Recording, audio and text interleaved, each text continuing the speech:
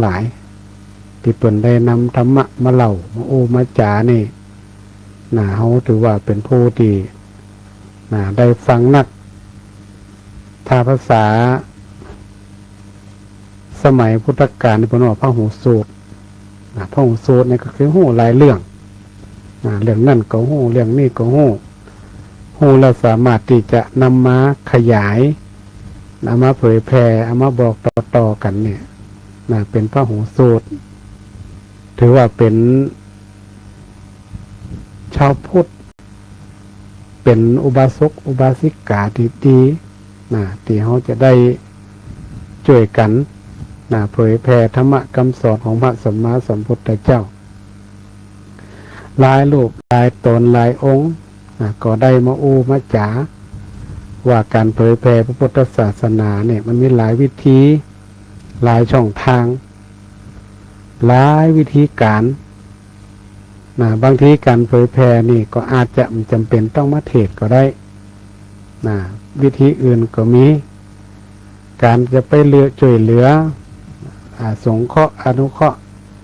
ศรัทธาเจ้าบ้านคนทุกข์คนยากเอกละอ่อนผู้เฒ่าผู้แก่มันก็เหมือนกับเป็นการเผยแผ่ธรรมะอย่างหนึ่งคือด้านสงเคราะห์รวมถึงการปฏิบัติธรรมในศรัทธาก็ถือว่าเป็นเรื่องที่เฮาแสดงออกเป็นการรักษาในการเผยแผ่พระพุทธศาสนาหลายท่านก็ได้ประพฤติปฏิบัติทำวัดสวดมนต์เป็นประจำทุกวันถามว่าพระสงฆ์องค์ข้าเจ้าก็ทำศรัทธาก็ทำก็สร้างให้มีพลังที่จะเอาธรรมะ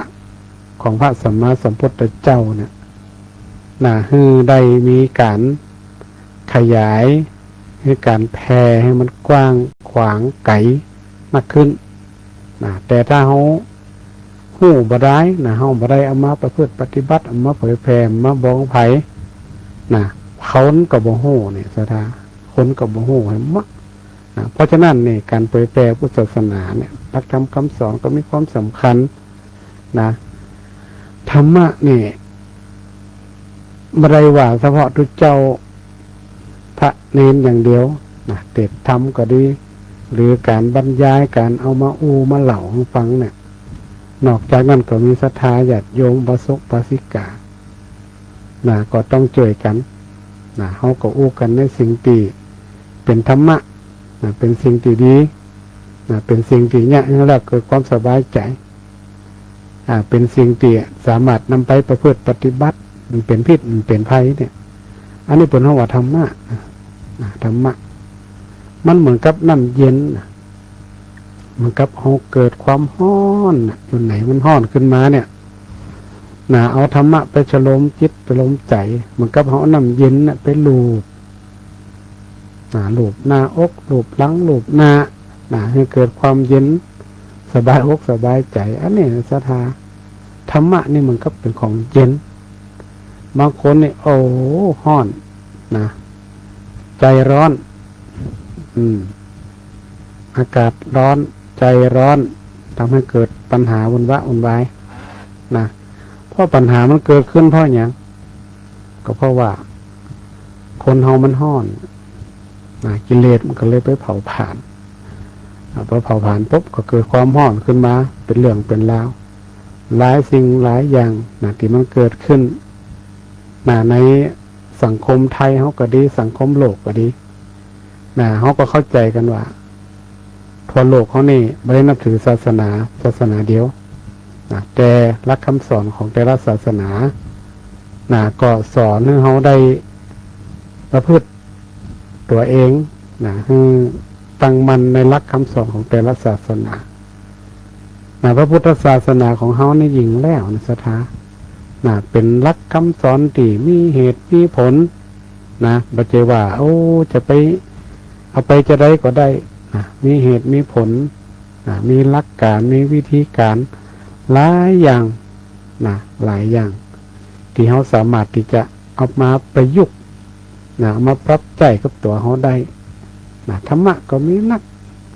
84,000พระธรรมขันธ์ นะเขาจะเอาธรรมะตัวใดมาก็ได้นะจะเอาเรื่องระดับง่ายระดับกลางระดับยากนะก็สามารถที่จะนำมาใช้ได้หมดธรรมะแล้วก็มีเวลาไหนที่เขาทำก็เอาไปทำได้หมดปฏิบัติได้หมดมีการเวลามีจำกัดนะธรรมะนี่เป็นอมตะมีหนังสือหลายๆเรื่องที่ผมได้เขียนไว้เกี่ยวกับเรื่องของธรรมะที่เป็นอมตะคำว่าอมตะนี่หมายความว่าใจได้ทุกยุคทุกสมัยทุกการเวลาสามารถนำมาใช้ได้หมดทุกเพศทุกวัยทุกคนทุกสถานะสามารถนำหลักธรรมเนี่ยมาประยุกต์ใช้ได้หมดอันนี้คือความเป็นธรรมะความเป็นพระพุทธศาสนาของเขาดังนั้นศรัทธาญาติโยมทั้งหลายนี่ก็ได้ให้กำลังอกกำลังใจกันเป็นFCกันของติดตามให้กำลังใจกันโทรหากันอู้กับพระเจ้าธรรมะจะไปโทรมาแล้วก็ขอเพลงบ่ได้นะทุกเจ้าเนี่ยศรัทธาฟังดีๆก่อนนะถ้าทุกเจ้าเปิดไม้เปิดสายมาเนี่ยมาเจอมาขอเพลงกับทุกเจ้าเนี่ยยุ่งเหมือนกันนะทุกเจ้าก็มีเพลงธรรมะนั่นนะนะเพลงเตะธรรมเนี่ยนะเพลงอย่างคนบ้านในคงมีนะอันนี้ก็เป็นเรื่องของการช่วยกันเผยแพร่จัดรายการวิทยุสมัยก่อนเนี่ยมันหายากสมัยก่อนเนี่ยก็หาสถานีวิทยุที่จะออกจะมาเผยแพร่จะมาเทศอะไรอย่างต่างๆเนี่ยมันยากมันยากแต่สมัยปัจจุบันนี่มันก็ยังพอมีช่องทางหลายช่องทางไม่ว่าจะเป็นสถานีวิทยุก็ดีหรือว่าสื่อโซเชียลต่างๆเขาก็สามารถที่จะเผยแพร่ธรรมะในรูปแบบต่างๆได้ยิ่งยุค AI มันเลยก็ยิ่งไล่ยิ่งไล่ยิ่งตัวแทนได้เลยเป็นแทนเขาได้แต่ก็มันเหมือนเขานะมันเหมือนเขาเองเอา AI มาแทนเนี่ยมันเหมือนเขาเองนั่นก็มีหลายรูปแบบหลายรูปแบบหลายวิธีการในการเผยแพร่ธรรมะนี่ความชอบใจบ่ชอบใจก็อยู่ที่จริตของคนสถาบางคนก็ชอบแบบนี้บางคนก็ชอบแบบนั่นบางคนก็มาให้กำลังใจกันวันนี้เรื่องนั่นเรื่องนี้ให้กำลังใจกันเพราะว่าครูบาอาจารย์พระสงฆ์องค์เจ้าที่มาออกจัดรายการวิทยุเนี่ยบ่ได้เป็นพระนักเทศน์ชื่อดังสถาต้องเข้าใจนะแต่ว่ามาทำหน้าที่ในฐานะที่เป็นพระนักเผยแพร่จัดรายการวิทยุเนี่ยเพิ่นก็ทำหน้าที่ในฐานะที่เป็นผู้เจ้าแล้วก็เอาธรรมะมาเผยแผ่มามาจ๋ามาเล่ากับศรัทธาญาติโยมปิดธรรมเมืองผ่องบรรยายผ่องเป็นเรื่องราวต่างๆชาดกผ่องเรื่องสถานการณ์ปัจจุบันนี่ผ่องที่มันเกิดขึ้นนี่ผ่องมันก็เนี่ยเฮานี่ได้เอาไปเป็นข้อคิดเป็นแนวคิดเตือนสติเป็นอกเตือนใจของเฮาทั้งหลายบางทีมันก็ลืมไปแต่ว่าถ้าเราได้ฟังแล้วนะมันก็เกิดได้มันเกิดได้ว่าแต่เนาะเนี่ยก็มันจะเป็นเรื่องที่จะให้ศรัทธาญาติโยมทั้งหลายเนี่ยได้เอามาเป็นข้อเตือนสติเฮาถามว่าทุกเจ้าจะสอนก็มาสอนมาเก่านะกำเสียงว่าจะมาสอนแต่ก็มาทำหน้าที่ของไปของมันใครชอบฟังแบบไหนชอบแบบไหนก็เป็นอย่างแต่ศรัทธาญาติโยมที่ติดตามรายการเนี่ยส่วนมากกับทุกตนให้กำลังใจทุกตนทุกองค์ก็เป็นสิ่งที่ดีเขาก็ให้กำลังอกกำลังใจกันเพราะว่างานเผยแพร่เนี่ยมันก็หาพระสงฆ์ที่จะเอามามาจ๋ามาเทศมาบรรยายมันก็หายากศรัทธาประเดี๋ยวนี้ก็ต่อไปในอนาคตนี่ก็อาจจะมีตัว AI มาจ่วยAI มาจ่วยในการเผยแพร่ธรรมกับโมโหอนาคตดังนั้นในช่วงนี้เนี่ยเขาก็ให้กำลังใจกันไปผ่องกระติดตามผ่องอาจจะได้ฟังบทจบเรื่องแต่ได้ฟังนิดๆหน่อยๆได้หันหน้าคนคนจ่ากันยังดีให้กำลังใจกันกดไลค์กดบางคนก็กดหลุมหัวใจให้กับมี ในคลิปสั้นนะในรีวนี่นะก็เป็นยังนะกำลังใจก็เหมือนก็บางทีกำลังอกกำลังใจสิ่งกันและกันนะก็ช่วยกันเนาะเฮาในฐานะที่เป็นชาวพุทธเนี่ยถ้าเฮาช่วยกันสนับสนุนมาช่วยกันเผยแพร่แล้วเนี่ยเฮาจะไปรอให้ศาสนาอื่นมาช่วยเฮาเนี่ยก็คงเป็นไปไม่ได้ศาสนาอื่นมันก็เผยแพร่ศาสนาเปิ้นแล้วก็รักคำสอนของเปิ้นไปอู้กับไปเทศก็ไปบรรยายไปสาธยายให้กับศาสนิกของเปิ้นไปเฮาในฐานะที่เป็นชาวพุทธเฮาก็ต้องช่วยกันเฮาติดบ่ได้บรรยายบ่ได้เนี่ยบ่ได้ก็คือกำลังอกกำลังใจกันไปเนี่ยก็เป็นสิ่งที่ดีนะเป็นสิ่งที่ดีเนาะดังนั้นศรัทธาญาติโยมทุกท่านทุกคนเนาะที่ครับฟังอยู่นี่ก็ดีเนาะเฮาก็ให้กำลังใจกันทุกตนนะทุกรูปทุกตนนะนี่ก็ถึงแม้ว่ามันสมัยยุคบัดเดียวนี่มันมีการเปลี่ยนแปลงไปบ่เหมือนเก่าเหมือนเดิมการมาอู้มาจ๋าเป็นชั่วโมงนี่ถ้าบ่เจอคนรุ่นก่อนบ่มีความอดทนบ่มีความตั้งใจบ่มีความฝักใฝ่ในธรรมจริงๆเนี่ยยากที่จะมานั่งฟังเป็นชั่วโมงถ้าเรารุ่นใหม่เดี๋ยวนี้นาทีเดียวเท่านั้นจะฟังต้องเอาเป็นคลิปสั้นๆละอ่อนปัจจุบันเนี่ยจะมาฟังเป็นชั่วโมง2 ชั่วโมงอย่างกับรุ่นหมู่เฮานี่คงจะยากละคงจะยากนั่นก็ขอให้ศรัทธาได้ให้กำลังอกกำลังใจครับพระสงฆ์องค์ข้าเจ้าที่ได้มาเผยแผ่ธรรมอันไหนที่มันบอกกล่าวแนะนำกันได้ก็ดีก็พยายามที่จะปรับปรุงแก้ไขเพื่อให้มันได้อรรถรสสาระธรรมะคำสอนมากขึ้นวันนี้วันอาทิตย์ตีวัดบ้านไห่เฮานี่ก็มีละออนศูนย์วันอาทิตย์มาเห็นตีวัดก็หันเล็กละออนน้องๆหนูๆตัวเล็กตัวน้อยได้มานั่งสวดมนต์นั่งสมาธินี่เขาก็ก็ดีอกดีใจความจริงวัดบ้านไห่เฮานี่ก็อยากจะส่งเสริมให้ทุกวัยนั่นแหละมีการทำวัดสวดมนต์มีการนั่งสมาธิฝึกจิตมันเป็นเรื่องการบริหารจิตของภัยของมันก็เป็นการส่งเสริมแห่งด้านหนึ่งมันก็ถือว่าเป็นการเผยแผ่ธรรมะเช่นเดียวกันนี่ก็ขออนุโมทนากับผู้ปกครองตัวที่ได้ส่งลูกส่งหลานมาเฮียนเล็กละอ่อนป.1 ป.2เนี่ยศรัทธาก็อยู่กับละอ่อนกับม่วนดีเขาก็เป็นละอ่อนได้เขานั่นนะเขาจะเป็นคนใหญ่ไม่ได้เป็นละอ่อนอันนี้ก็เป็นกิจกรรมของที่วัดบ้านไห่ศิลาทองเขาเนี่ยไปจัดกันมาเมื่อละ10 กว่าปีแล้วก็เอาพยายามดึงละอ่อนทุกเพศทุกวัยละถึงละอ่อนถึงคนใหญ่ถึงผู้สูงอายุได้มีพื้นที่ได้มีการทำกิจกรรมร่วมกันเพราะว่าบัดเดี๋ยวนี้มันหาได้ยากที่จะเอาละอ่อนเข้าวัดเข้าวาแล้วก็พื้นที่ที่จะให้ผู้สูงอายุก็ดีเนี่ยได้เข้ามาใจเนี่ยทำกิจกรรมร่วมกันเนี่ยมันก็หาได้ยากส่วนมากก็จะไปจัดตีทางเทศบาลของทางท้องถิ่นของเนี่ยแต่ในวัดนี่ก็มีบอกกิตติมีบอกกิตติดังนั้นก็ถือว่าเขาได้ช่วยกันส่งเสริมสนับสนุนทุกเพศทุกวัยให้ได้เข้าวัดได้ทำวัดสวดมนต์ได้นั่งสมาธิเพื่อเป็นการบริหารจิตของตัวเก่าเอาละศรัทธาญาติโยมอันนี้เกินน้ำเนอะ เกินน้ำเนี่ยเกือบ20 นาทีป่ะ10 กว่านาทีแต่ว่าวันนี้เนี่ยก็จะได้อู้เรื่องชาดกเหมือนเดิมศรัทธาญาติโยมก็อาจจะฟังว่าทุกเจ้าบ้านไห่เป็นเจ้าชาดกเลยอย่างมาอู้มาวันนี้นะวันนี้เอาชาดกมาอู้หำก็ถ้ามันมีเวลาเนาะเขาก็อู้กันวันละเรื่อง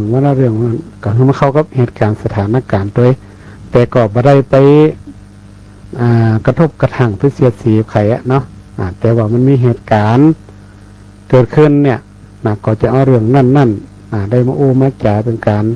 เตือนสติศรัทธาญาติโยมก็มันก็มีความเกี่ยวข้องกับเรื่องของวัดกรณีของวัดที่ศรัทธาญาติโยมก็หู้ทราบดีเนาะว่ามีกรณีวัดหนึ่ง ในภาคอีสานเนี่ยทีนี้การกระทบกระทั่งกันเนาะเรื่องที่ดินของวัดต่างๆเนี่ยเกิดขึ้นเนี่ยเกิดสังคมโซเชียลเนี่ยได้ลงมาก็ตั้งข้อคำถามอะไรหลายสิ่งหลายอย่างเนาะเขาก็พิจารณาคือพิจารณาตามความถูกต้องตามเหตุตามผลตามหลักของพุทธศาสนานะแต่วันนี้เนี่ยก็อาจจะเอาเรื่องที่มันมีความใกล้เคียงกันนะใกล้เคียงที่มาอู้มาจ๋ากับศรัทธาญาติโยมได้รับฟังแล้วก็รับชมช่วยกันวิเคราะห์ช่วยกันฟังแล้วก็ช่วยกันนำแนวทางไปประพฤติปฏิบัติเพื่อที่จะได้เป็นข้อคิดสกิดเตือนอกเตือนใจของเราต่อไปวันนี้จะอู้เรื่องของสุวรรณหังสะชาดกมันเป็นจะได้ศรัทธาญาติโยมในอดีตการเนี่ยมีพราหมณ์คนหนึ่งอาศัยอยู่กับนางพรามณีผู้เป็นภรรยาและมีลูกสาว3 คนคือนางนันทานางนันทวัฒนาและนางสุนันทาต่อมาพราหมณ์ผู้เป็นต่อก็ได้เสียชีวิตลงและปรากฏว่าไปเกิดเป็นหงส์ทองคำเนาะก่อนหน้าจะเป็นจื่อหัวเหลืองนะหงส์ทองคำสุวรรณหังสะนี่ก็น่าจะแปลว่าหงส์ทองคำเนาะที่ระลึกชาติได้วันหนึ่งหงส์ทองเนี่ยระลึกถึงอดีตภรรยาและลูกๆจึงบินไปพอหงส์ทองคำตัวนี้กลับไปพอภรรยาแล้วก็ลูกตั้งหลายเนี่ยกำลังได้รับความลำบากในสถาอยู่ด้วยความยากจนนะก็เกิดเอ็นดูเนาะภาษาบ้านเราก็ว่าเอ็นดูด้วยความเมตตาด้วยความสงสารเนี่ยหงส์ทองตัวเนี่ยจึงบอกความจริงว่าเฮาเนี่ยเป็นปุพามนะตั้งแต่สมัยอดีตละเนี่ยก็บอกคือความจริงว่าเป็นไผมาจากไหนแล้วก็สัญญาครับภรรยาเนี่ยลูกเนี่ยว่าจะสลัดขนทองคำเนี่ยคือพวกนางวันละเส้นเพื่อเอาไปหยังเอาไปขายแล้วก็แลกเงินไว้จ่ายในชีวิตประจำวันก็ทำมาอยู่เรื่อยๆเนี่ยครอบครัวของนางพรามณีเนี่ยจึงกลับมาหล่ำรวยและสุขสบายขึ้นนักก่อหงทองบนเฮือวันละขนวันละเส้นคือถอนได้วันละเส้นต่ออันนะแต่ว่าเวลาผ่านมาเนี่ยผ่านมาเหมือนเขาเนี่ยนางพรามณีเนี่ยเกิดความโลภหูจักปอนางกับปรึกษากับลูกๆว่าลูกๆตั้งหลายเขาจับหงท้องตัวนี้น่ะมาถอนขนออกหมดกำเดียวเลยบ่นี่นะก็กะว่าจะเอาโรยกำเดียวเนี่ยจะเอาโรยกำเดียวนางก็พยายามบอกให้ลูกเนี่ยยอมประมาณน่ะว่าให้ลูกยอมเพราะอย่างก็อธิบายให้ฟังหมดว่าเท้าถอนขนทีละเส้นเนี่ยกว่าหงทองมันจะหนีถ้าห้มถอนหมดเนี่ยนะมันจะหนีไปเหี้ยอีกเนี่ยก็พยายามอธิบายให้ลูกฟังอย่างอันที่แต่ลูกสาวถึง3 คนน่ะก็บหันตัวน่ะเพิ่นบอกว่าเอาทีละเส้นก็จะเอาทีละเส้นนะห้ามจะได้กระตึ้งบ่ฟัง นางพรหมณีในฐานะที่เป็นแม่ของละอ่อนทั้งสามแล้วลูกสาวทั้งสามเนี่ยบ่ฟังนะว่าจะได้ก็บ่ฟังจะได้ก็บ่เอาบ่ฮือเอาทีละเส้นทีละเส้นก็บ่ยอมเมื่อหงส์ท้องตัวน่ะบินมาตามปกตินางพรหมณีเนี่ยด้วยใจที่มีความโลภนะสถามีความโลภมุจักปออยู่ในตัวเนี่ยวันนี้กึดละว่าจะต้องเอาคือมดโอ้พอหงส์ท้องบินมาหาปั๊บนี่ปากฏว่าจับหงส์ท้องตัวนี้ไว้กะยังปอน่ะเอามือถอนขนทองคำน่ะเอาต้นมดเลยก็มีแต่โดยฤทธิ์ของความโลภนะสถาปรากฏว่าขนทองคำที่นางเนี่ยถอนออกมาทั้งหมดเนี่ยกลายเป็นขนบดายเนี่ยดูกลายเป็นขนบดายเห็นเป็นทองสักกำอ้าวไปขายมันได้แล้วก็นี่นะ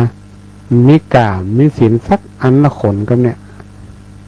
นางพรหมณีจึงต้องเลี้ยงลูกเลี้ยงดูหงส์ท้องเนี่ยไหวจนขนเนี่ยงอกขึ้นมาใหม่แต่ว่ากลายเป็นขนสีขาวธรรมดาไม่ได้เป็นขนสีทอง แล้วก็หลังจากที่ขนออกเต็มตัวแล้วเนี่ยหงส์ท้องตัวเนี่ยก็ได้สลัดออกจากกรงแล้วก็หนีหายไปเลยไม้แหมเลยสถาและสถาลองคิดพอว่าในเมื่อมันเป็นอย่างนี้สุดท้ายมาครอบครัวนี่ก็ต้องกลับไปเหมือนเดิมนั่นแหละนะก็คือไปลำบากเหมือนเดิมอันนี้เพราะว่านางพรหมณีเนี่ยเกิดความโลภกะว่าหงส์นี่ถ้าบัดนาทีอีก็กวนหนีเนาะถอนเหี่ยวมดนะอันเนี่ยศรัทธาญาติโยมทั้งหลายคนเฮานะถ้าเป็นฮือแล้วเนี่ยฮือมันก็เอาพอดีที่เป็นฮือนะนี่เอานักแก่ลงไปโดยความโลภของนางเนี่ยสุดท้ายมาก็ไม่ได้สักอันขนท้องติดถอนออกมาหมดกลายเป็นขนธรรมดาไปเหี้ยขายก็มามีกามมีศีลสุดท้ายนางก็ต้องเลี้ยงดูลูกถึง3 คนเนี่ยเหมือนเดิมด้วยความอยากลำบากเหมือนเดิมเขาหันจากความโลภนะศรัทธาญาติโยมทั้งหลายเนี่ยคำว่าโลภเนี่ยมันต้องดีนะมันเป็นกิเลสตัวหนึ่งนะความโลภความโกรธความหลงเป็นหอกกิเลส3 ตัวถึงอันตรายนะความโลภของคนเฮาเนี่ยมันตึงไม่สิ้นสุดจะโลภหนักโลภน้อยบางทีนี่โลภจนเพราะทำความผิดโดยบ่ฮู้ตัวก็มีเหมือนกับกรณีที่เกิดขึ้นเนี่ยนะมีหลายๆเคสหลายกรณีนะด้วยความโลภเนี่ยคือเขาทำความผิดโดยบ่ฮู้ตัวก็มีนะเหมือนกับนางพรหมณีเนี่ยความโลภอยากจะเอากรรมเดียวนะสุดท้ายมาปรากฏว่าได้สักกรรม ได้ขนท้องสักกรรมกลายเป็นขนธรรมดาเห็นหมดเอาไปขายมันได้สักกรรมนะเนาะเนี่ยนางเนี่ยก่อนแล้วกลับเป็นลำบากเหมือนเดิมปูพรามเนี่ยที่เป็นตายเพื่อเกิดเป็นอุตสาห์เอ็นดูเมตตาแล้วนะอุตสาห์จะมาจ่วยนะมาอยากให้ภรรยาแล้วก็ลูกเนี่ยลำบากนะแต่เฮากลับเกิดความโลภสุดท้ายก็บ่ได้หยังสักอย่างกลับไปเหมือนเดิมนะคนโบราณเฮา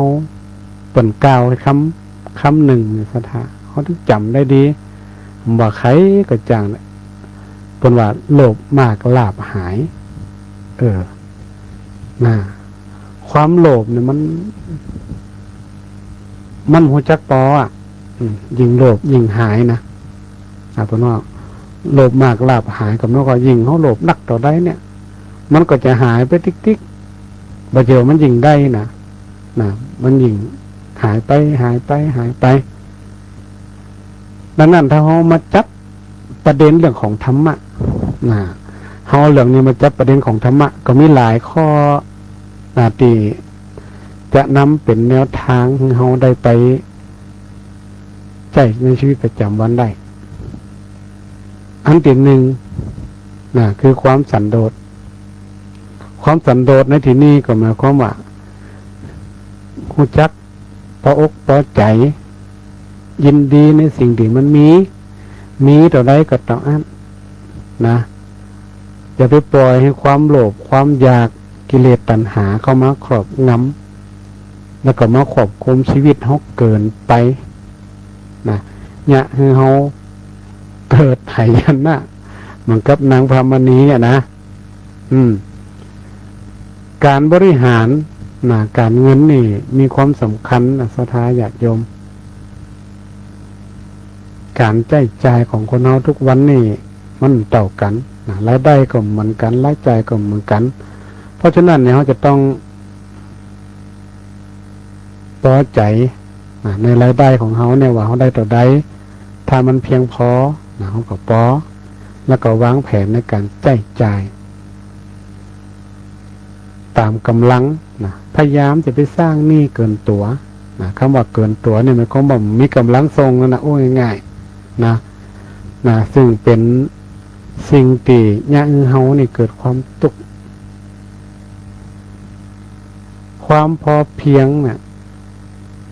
ความจริงนี่มันเป็นปรัชญาเศรษฐกิจพอเพียงของในหลวง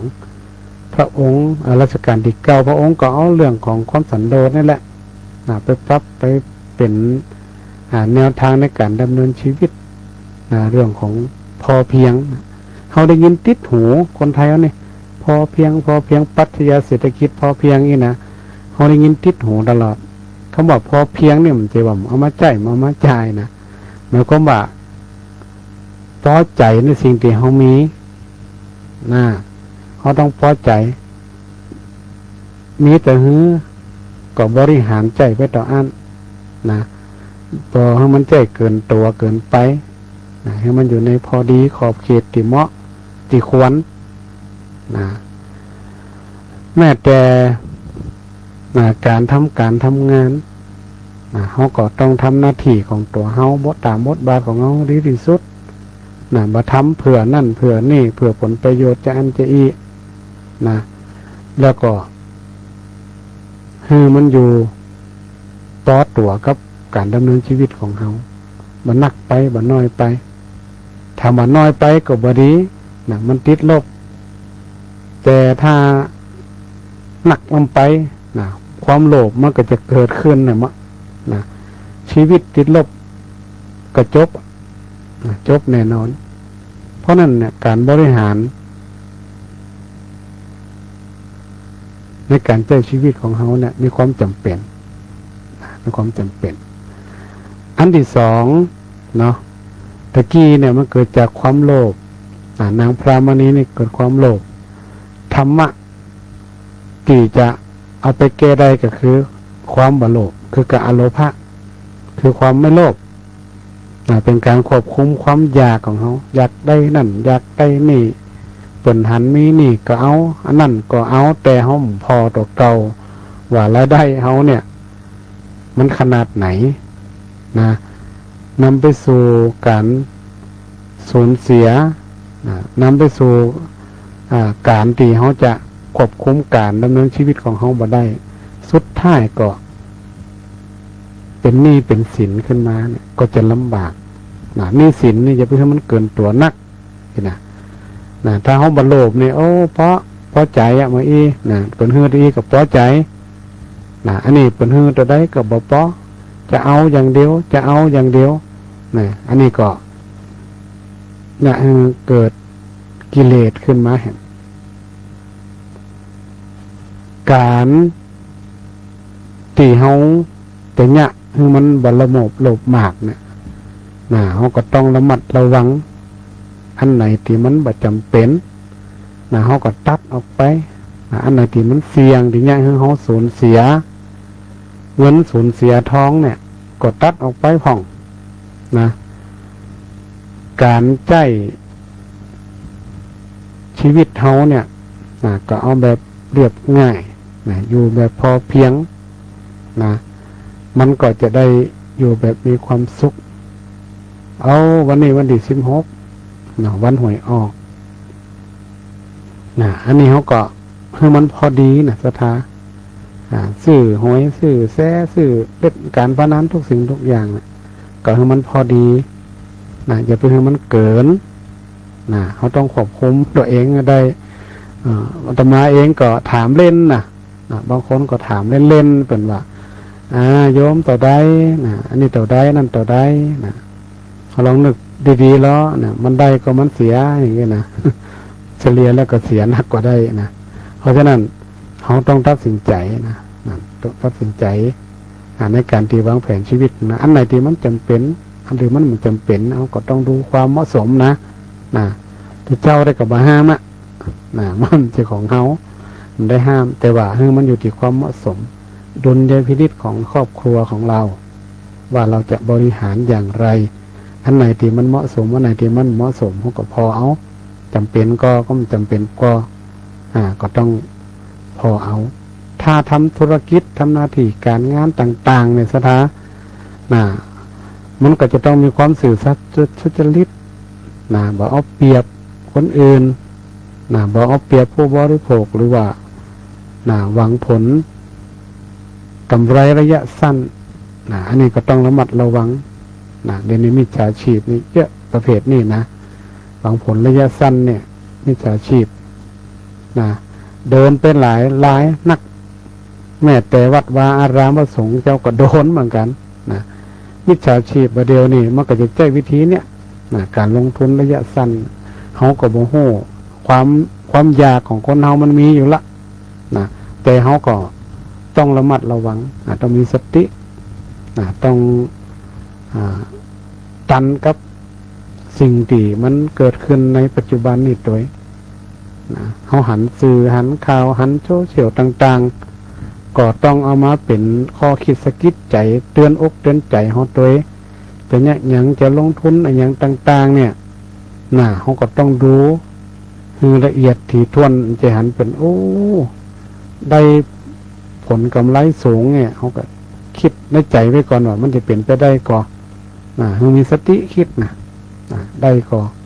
สุดท้ายมันก็จะสูญเสียไปโดยที่ใช่เหตุเพราะนั้นนั่นก็ได้ความที่เขาอยากอยากได้อยากแต่ป้อเตียเป็นว่าถ้ามีตัวใดเขาป้อใจในสิ่งที่เขามีเนี่ยมันก็บ่ต้องไปเป็นเหยื่อให้กับพวกมิจฉาชีพทั้งหลายเนี่ยนักเกินไปอันนี้เป็นเพราะว่าโลภะก็คือความไม่โลภรู้จักพอดีอย่ามากเกินไปอย่าน้อยเกินไปแต่มันก็เขากินข้าวนี่กะแล้วท้านักลงไปกับกัดน้อยลงไปกับอิ่มหิวเนี่ยเขาจะกินจะได้ให้มันอิ่มพอดีต้องบักกัดไปบะหิวให้มันอิ่มพอดีก็เหมือนกับความโลภก็ให้มันอยู่พอดีจะเพื่อมันเบียดเบียนคนอื่นจะเพื่อมันเบียดเบียนตัวเขาลงไปมันก็จะเกิดความทุกข์ขึ้นได้ลักธรรมอันที่3เนี่ย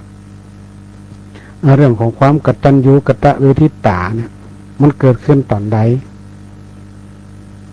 เกิดขึ้นที่ต่อแม่ลูกหูจักบุญคุณต่อกันหาโอกาสหาเวลาที่จะตอบแทนกันก็ในครอบครัวเขาก็คือการเอาใจใส่การดูแลเลี้ยงดูลูกเต้าก็ดูแลบุพการีผู้เป็นพ่อเป็นแม่มาเจอแค่เรื่องวัตถุสิ่งของอย่างนางพรามณีเนี่ยถึงแม้ว่านางจะลำบากทุกข์ขนาดไหนก็แล้วแต่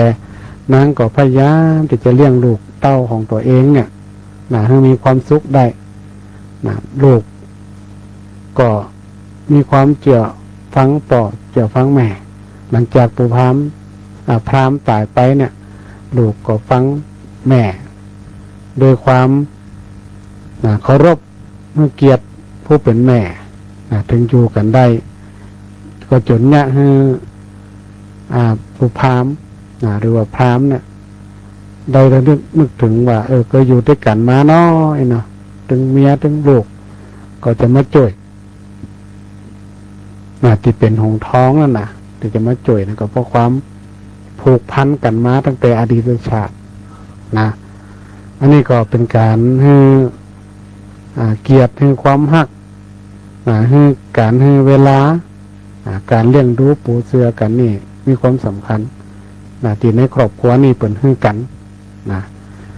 และประการที่4ธรรมะข้อที่4โยนิโสมนสิการความจริงธรรมะข้อนี้เนี่ยเป็นธรรมะที่ค่อนข้างจะละเอียดอ่อนนะแต่ก็ถ้าเขาแปลหรือว่าให้เข้าใจสั้นๆง่ายๆก็คือว่าต้องมีวิจารณญาณคิดอย่างรอบคอบมีเหตุมีผลแล้วก็รับฟังคนอื่นด้วยมันใจว่าตัวเก่าถูกคนเดียวเนี่ยมันก็นางพรามณีเนี่ย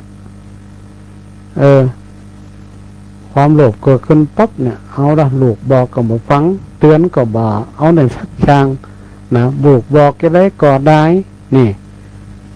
ห้ามแล้วห้ามแหมพยายามจะได้ก่อได้เนี่ยปรากฏว่าผู้ที่เป็นพรามณีผู้เป็นแม่บ่เปิดใจมันเปิดใจรับฟังลูกถึง3 คนนะมันเปิดใจปุ๊บก็สุดท้ายมาก็บ่เหลืองสักอย่างเขานึกถึงในปัจจุบันนี่ก็เหมือนกันครอบครัวปัญหาครอบครัวนี่ก็มีนักเขาเป็นพ่อเป็นแม่เป็นผู้ปกครองปู่ตาหน้าลุงตายายเนี่ยบางครั้งเขาก็ต้องเปิดใจรับฟังคำเตือนคำบอกคำกล่าวหรือว่าฟังเหตุผลของคนในครอบครัวพ่องบ่ใช่ว่าเขาถูกคนเดียวยิ่งถ้าเป็นละเอียดละอ่อนสมัยปัจจุบันนี่เขาต้องใจความเข้าใจด้วยเหตุด้วยผลฟังเขาพ่องให้เขาได้อู้พ่องมันจะว่า100 กรัมในเขาอู้อย่า90ลูกได้อู้อย่า10มันก็ไม่ได้ เขาต้องเปิดใจฟังเขาพ่องเปิดใจฟังเขาว่าเขาต้องการจะได้อย่างใดอย่างเงี้ยนะเนาะอันนี้ก็แม้แต่คนร่วมงานกันเหมือนกันเขาต้องเปิดใจอู้กันในชุมชนในสังคมทุกที่ถ้าคนเขานั้นเปิดใจอู้กันเนี่ยมันก็บ่มีปัญหาอย่างนักต่างคนต่างบ่เปิดใจอู้กันคิดว่าตัวเองถูกอย่างเดียวอย่างที่กรณีเกิดขึ้นเนี่ยเขาก็หันอยู่คิดว่าตัวเองถูกอย่างเดียวหมดคนอื่นบ่ถูกเนี่ยสุดท้ายมามันก็ไปบ่ได้มันก็ไปบ่ได้ดังนั้นเรื่องของครอบครัวก็ดีเรื่องของชุมชนสังคมเนี่ยถ้าเรามีการเปิดใจอู้กันโดยเหตุโดยผลการทะเลาะเบาะแว้งมันก็จะน้อยลงในชุมชนนั้นๆก็โดยสรุปแล้วเนี่ยนางพรามณีถ้าบ่เกิดความโลภมันบ่อยากได้กำเดียวนางก็อยู่สุขสบายไปตลอดจากแต่ด้วยความตีนางเนี่ยกิเลสเข้ามาครอบงำน้อยเดียวมันได้แค่คิดว่ากลัวเป็นจะประมาเห็มละอีนะแต่ว่าจะลกขนให้มดมันให้บินไปไหนละอีกอะเพียงลกขนแล้วกันล้อให้ขนมาออกมาก็ว่าท้องจะออกมาแหมปากว่ามันเป็นท้องสักกั๊มเป็นขนธรรมดาเนี่ยเป็นเขาว่าเป็นอันนี้สงนะนี่สงผลที่เขาทำมันส่งผลให้เขาเขาเป็นอุตสาห์ให้เขาแล้วแต่เขามารักษาไว้สุดท้ายเขาก็มาได้อย่างเขาก็มองถึงคนในปัจจุบันนี่เหมือนกันความโลภนี่มันทำได้เนี่ยมันเกิดหายนะเนี่ยเกิดปัญหา การทะเลาะเบาะแว้งกัน ทุกสิ่งทุกอย่างก็ด้วยความโลภเฮายกตัวอย่างนางพรหมณีเนี่ยไปเป็นแนวคิดเป็นข้อคิดสะกิดใจเฮาในศรัทธาญาติโยมว่าเป็นอย่างมีอย่างก็แล้วแต่เฮาต้องรู้จักความพอดีเพิ่นว่าความพอดีอย่าเป็นหนักเกินไปน้อยเกินไปความสุขถ้าเอาถึงตามหลักพุทธศาสนาเฮาบ่ได้เอาถึงความสุขที่เบื้องลึกซึ้งมันบ่ได้อยู่ที่ว่าคนมีหรือคนจนมีหนักหรือมีน้อยความสุขมันจะอยู่ที่หั่นความสุขคนรวยก็อาจจะเป็นความสุขทั้งกายสิ่งของหมายถึงคนที่มีเงินนักๆเนี่ยข้างกายสบายกะแต่ตั้งใจในห้องหูบนจะมีความสุขหรือมีความสุขเพราะนั้นคนจะมีนักมีน้อยเนี่ยมันก็ไม่ได้บอกว่าบ่งบอกว่าคนมีเงินนักจะมีความสุขกว่าคนมีเงินน้อยความสุขมันได้บอกว่าคนรวยเนี่ยมีความสุขกว่าคนทุกข์มันก็ไม่ได้บอกถึงขนาดนั้นแต่ความสุขนะมันเกิดอยู่ที่ใจเขาไปหันคลิปหันวิถีของคนต่างๆทั่วโลกไปพอมันก็มีความสุขแบบเปิ่นถึงเปิ่นจะหาเจ้ากินคำเปิ่นว่าใครมีแต่เปิ่นก็เป็นความสุขของเปิ่นได้แต่คนเฮาถ้าเกิดความโลภกิเลสตัณหาเข้ามาครอบงำจิตใจเฮาบ่ได้เนี่ยบางทีเนี่ยถ้าเฮารู้จักปอเนี่ยมันกลายเป็นว่าจะเป็นเฮาในหาในต่างที่ผิดศีลผิดธรรมผิดกฎหมายไปก็มีเพราะนั้นความโลภหรือว่ากิเลสตัณหาเนี่ยมันอยากให้เฮาผิดช่องทางได้ผิดช่องทางเพราะนั้นเฮาก็ต้องระมัดระวังเรื่องนี้เรื่องของความโลภเนี่ยใครก็อยากได้ถามว่าอยากได้ก็พวกคนก็อยากได้หมดไม่ขายติ่มอยากได้แต่สิ่งที่เขาจะได้มาเนี่ยก็ต้องมาด้วยความถูกต้องความเหมาะสมตัวมันจะพยายามที่จะเอาแล้วมันถูกต้องจนเป็นเรื่องเป็นแล้วเนี่ยให้เขาเดือดร้อนคนอื่นเดือดร้อนเนี่ยถึงก็บ่ไหวเหมือนกันก็บ่ไหวก็ยกเหมือนกับนางพามณีนี่แหละที่เขาอู้ถึงเนี่ยผลก็อุตส่าห์มีความเมตตาจะมาช่วยละจะมาช่วยละแต่นางกับบ่รักษาสัญญาบ่รักษากำอู้ตัวเก่าตัวผลบอกเอาทีละเส้นตัวก็จะรู้เอาหมดเนี่ยอย่างเฮาเนี่ยกะผลฮือแต่อีป้อเนาะป้อเอาแหมเอาจนหมดจนเสี่ยงก็กลายเป็นความโลภบางทีเขาหู้ตัวก็มีศรัทธาญาติโยมทั้งหลายความโลภเนี่ยบางทีเขาเอาเนี่ยเขาหู้ตัวก็มีเอาอย่างเดียวคนเอาไว้ก่อนเสี่ยงว่ากันเป็นห้องกลายเป็นความโลภกลายเป็นกิเลสมาครอบงำจิตใจเขาเนี่ยความโลภนี่ถ้าไปเบียดเบียนคนอื่นผลของมันนี่ก็ธรรมดาความโลภเนี่ยมีสิทธิ์ที่จะตายไปกลายเป็นเปรตได้ความโลภนี่เพราะนั้นเราต้องระมัดระวังยิ่งโลภของคนอื่นโลภของติ่มใจของเฮาโลภแบบหูจักปอโลภเนี่ยคือผลได้รับผลกระทบอันนี้อันตรายแต่ถ้าเขาโลภโดยที่เขาไปเบียดเบียนตัวเก่าแล้วก็ไปเบียดเบียนคนอื่นนี่ก็เป็นอย่างห้องซื้อหอยซื้อแซ่เนี่ยศรัทธาญาติโยมทั้งหลายให้มันหมกม่วนก็เอาอย่าไปเอาหนักเกินไปเอามันพอดีอย่าไปเกินลงไปถ้าเกินลงไปเกิดมันวิดมันขาดมามันก็จะลำบากก็ให้มันพอดีเขาก็อยากได้บางคนนี่ก็คิดดีโอ้ตัวเจ้าถ้าไปรางวัลที่1ก็อย่ามาจ่วยทำบุญนี่ก็คิดจัดดีอยู่แต่ว่าเขาทำไว้ก่อน ต้องล้อมันเตี่ยของมันนั่นนะมันไข่ลงไปนะจะทำบุญเนี่ยทำไปก่อนเลยมันต้องล้อนะถ้าล้อเนี่ยก็ไม่ได้ทำสักเตี่ยมะนะก็นั่นก็ขอหึงศรัทธาญาติโยมนะในเข้าใจเรื่องของความโลภเนี่ยเอาไปเป็นข้อคิดเอาไปเป็นข้อเต้นอกเต้นใจเขานะพระพุทธเจ้าเนี่ยนะพระองค์ก็ถึงบอกสอนให้เรารู้จักความพอดีสันโดษเดินสายกลางนี่มัชฌิมปฏิปทาก็คือเดินสายกลาง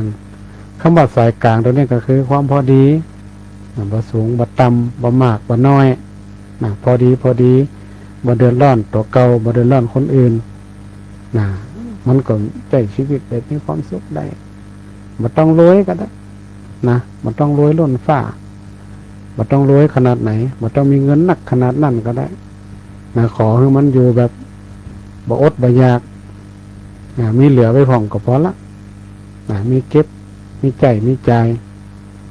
อันนี้เขาก็ถือว่าเป็นความสุขที่สุดในชีวิตของเขามันมีแหมอย่างหนึ่งนะที่ทุกคนเนี่ยปรารถนามากกว่าทรัพย์สินเงินทองก็คือถ้าใครได้ลูกดีเนี่ยยิ่งกว่ามีเงิน100 ล้านพันล้านแต่ถ้าลูกบ่ดีมาเนี่ยก็มันก็ไม่ได้สักอย่างกันนะอันนี้คนเปรียบเปยนะเป็นฟังบ่ได้เพราะนั้นคนเขาเนี่ยอย่าไปไอ้หยังหมักไม้ซะท่าอยู่พอดีอย่าไปเสาะแสวงหาอันไหนที่มันใจของเขามันถึงบ่ใจเสาะแต่ถ้ามันอันไหนที่มันเป็นของเขานี่นะเขาต้องไปเสาะหานะเดี๋ยวมันถึงมาหาเขาคนเดียวมันถึงมาหาเองมันถึงเหมือนของมันเองเขาต้องไปเสาะไปหาแสวงหาต้องไปหาที่มันลำบากทุกสิ่งทุกอย่างถ้ามันถึงเวลาจะเป็นของเฮานะมันต้องเป็นของเฮาถ้ามันจะได้มันถึงจะได้อยู่บ่ได้ก็ได้อยู่เฉยๆเนี่ยมันก็ถึงได้แต่ถ้ามันใจของเฮาเนี่ยจะไปดิ้นรนหาขนาดไหนก็จังยิ่งเงินทองของใจต่างๆเนี่ยมันใจของเฮาคนเดียวนะสถาต้องเข้าใจว่าเงินเนี่ยมันใจของเฮาคนเดียวถ้ามันอยู่กับเฮาก็เป็นของเฮาแต่ถ้ามันอยู่กับคนอื่นก็เป็นของคนอื่นนะเงินมันก็ไปมามันอยู่ที่เก่ามันไม่อยู่ที่เก่าของมูนี่นะถ้ามันอยู่กับเฮาก็เป็นของเฮาถ้ามันอยู่กับคนอื่นมันก็เป็นของคนอื่นนั่นแหละเฮาลองคิดง่ายๆเฮาวันเนี้ยเฮาหาเงินได้มา300 500ถามว่าเขาจะซื้อ300 500อยู่ก็เขาไปตลอดก่อนนี่ก็มีทางเติงขาบก็ไปซื้อไงล่ะ300วันนี้เสี่ยงหมด แสดงว่ามันเป็นของเฮาแล้วเงินตัวนี้นะกลายเป็นของคนอื่นไปเหี้ยมันผูกกับหามาได้แฮมมันก็ไปแฮมไปอย่างตัวน้องมันอยู่กับเฮาชั่วคราวของมูนี่นะมันไม่อยู่เฮาก็ไปกับเฮาตลอดไปตลอดแต่สิ่งที่จะอยู่กับเขาไปตลอดนี่ก็คือเรื่องของธรรมะคือคุณงามความดีก็คือธรรมะนั่นเองที่เขามาประพฤติปฏิบัติแล้วมันก็จะอยู่ด้วยเขาไปตลอดไปเห็นกี่จับมันก็ต้ยไปอย่างน้อยที่สุดเขาก็เหล่าดีดีกับเขากี่จับมันก็ถามตัวคนเนี้ยขนาดเป็นตายไปแล้วนะผลยังระลึกถึงภรรยาลูกผลอยู่ในอดีตชาติอยู่เนี่ยความดีเนี่ยปกติสามารถไปโปรดคนไปช่วยเหลือคนไปแต่คนเอาทำมันรักษาไปก็หมดเหมือนกันนั่นก็ขอฝากกับศรัทธาญาติโยมทั้งหลายเนาะว่าคนเฮาเนี่ยอยู่ในความพอดีอย่าไปมากเกินไปก็จะไปวิทย์จนเกินไปก็จะลำบากนักก็ตุกน้อยก็ตุกให้มันอยู่พอดีให้มันมีเหลือพ่องอย่างน้อยบ่ขาดตีนขาดมือก็ยังดีทรัพย์สมบัตินักก็ตุกน้อยก็ตุกก็ลำบากเหมือนกัน นะนั่นถ้าเรารู้จักความพอดีมันก็จะอยู่ได้แบบสุขสบายนะบ่ต้องไปเดือดร้อนคนอื่นบ่ต้องไปเบียดเบียนคนอื่นนะบางคนนี่เอาแล้วมีปุ๊บก็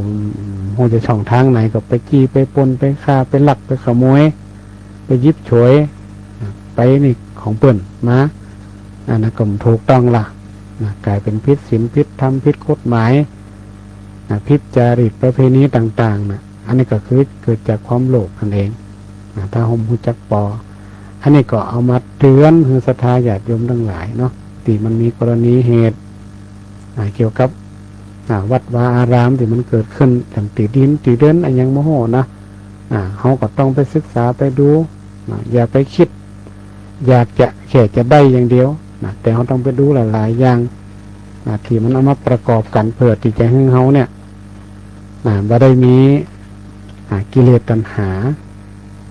ที่มาครอบงำจิตใจของเขาอันนั้นก็เป็นอุทาหรณ์สอนใจให้กับคณะศรัทธาญาติโยมทุกท่านทุกคนได้มาพินิจพิจารณาตัวเองก่อนที่เขาจะจบรายการวันนี้เนี่ยเนาะตามที่ท่านพระอาจารย์พระมหาสมชาติเพิ่นเองก็ได้ปรารภกับอาตมาเองก็ว่าศรัทธาญาติโยมท่านใดเนี่ยที่มีของเก่าเป็นขยะหรือของที่เขามันใจแล้วนะใจเอาถุงพลาสติกของถิ่มใจขยะต่อไปนะขยะที่สามารถรีไซเคิลได้เอาไปแปรรูปได้เอาไปจำหน่ายได้เนี่ยเปิดฮับบริจาคศรัทธาญาติโยมกับไปบริจาคที่วัดบรรพตสถิตเลยก็ได้หรือว่าจะมารวบรวมกันไว้ตีใดตีหนึ่งตีใกล้ตีสุดแล้วเขาก็จะรวบรวมส่งไปที่วัดบรรพตสถิตให้กับท่านพระอาจารย์มหาสมชาติเพิ่นจะได้เอาไปบริหารจัดการเป็นกาน้ำกาไฟกาดูแลสถานีนี่นะเพราะว่าเดี๋ยวนี้มันก็ต้องมีการใช้จ่ายศรัทธาญาติโยมจะไปคิดว่ามันมีการใช้จ่ายทุกอย่างมีการใช้จ่ายหมดนะวัดวาอารามทำสิ่งไหนก็ต้องมีการใช้จ่ายมีการดูแลหมดนะโดยเฉพาะกาไฟเนี่ยของสถานีวิทยุที่เขาจัดกันเนี่ยนะก็ศรัทธาญาติโยมท่านใดที่มีเนาะมีขยะมีของอย่างที่มันสามารถที่จะบริจาคให้เพิ่นเอาไปแปรเป็นปัจจัยเนาะได้ก็เอาไปบริจาคให้เพิ่นได้ที่วัดบรรพตสถิตก็ได้หรือวัดใดวัดหนึ่งที่เขาอยู่ใกล้ก็ได้แล้วก็จะได้นำรวบรวมแล้วก็นำไปให้กับท่านพระอาจารย์มหาสมชาติเป็นตัวเพื่อจะได้เอาไปบริหารจัดการเป็นการน้ำกับไฟการดูแลการโน่นการนี่จิปะทะศรัทธายุคนี้สมัยนี้ศรัทธามันต้องกลัวการใจมันพอๆกันกับบ้านนั่นวัดสมหาย108กาน้ำกาไฟกาโน่นกานี่มันเป็นหมดอันนี้ก็ขอฝากกับศรัทธาญาติโยมที่ได้ติดตามรับฟังตัวเนาะบางทีก็ฝากเบอร์ไว้ก็มีเนาะแต่มาเองก็ต้องขอไปติไม่ได้โทรปิกไปพอดีมันติดการติดงานถ้าท่านได้มีก็ไปที่วัดบรรพตสถิตหรือว่าไปวัดที่ใกล้ที่เฮาอยู่ก็ได้เนาะสำหรับในค่ำคืนวันนี้ก็คงจะพอสมควรแก่เวลาแล้วเนาะก็ขออนุโมทนาเนาะกับศรัทธาญาติโยมทุกท่านทุกคนที่ได้ติดตามลามตัวที่เป็น FC ให้กำลังใจแล้วก็ให้ท่านทั้งหลายได้นำข้อคิดธรรมต่างๆที่พระสงฆ์องค์เจ้าได้มาโอมาจามาเทศน์มาบรรยายเพื่อเป็นข้อคิดสะกิดใจให้นำไปประพฤติปฏิบัติเพื่อให้ทุกท่านเกิดความสุข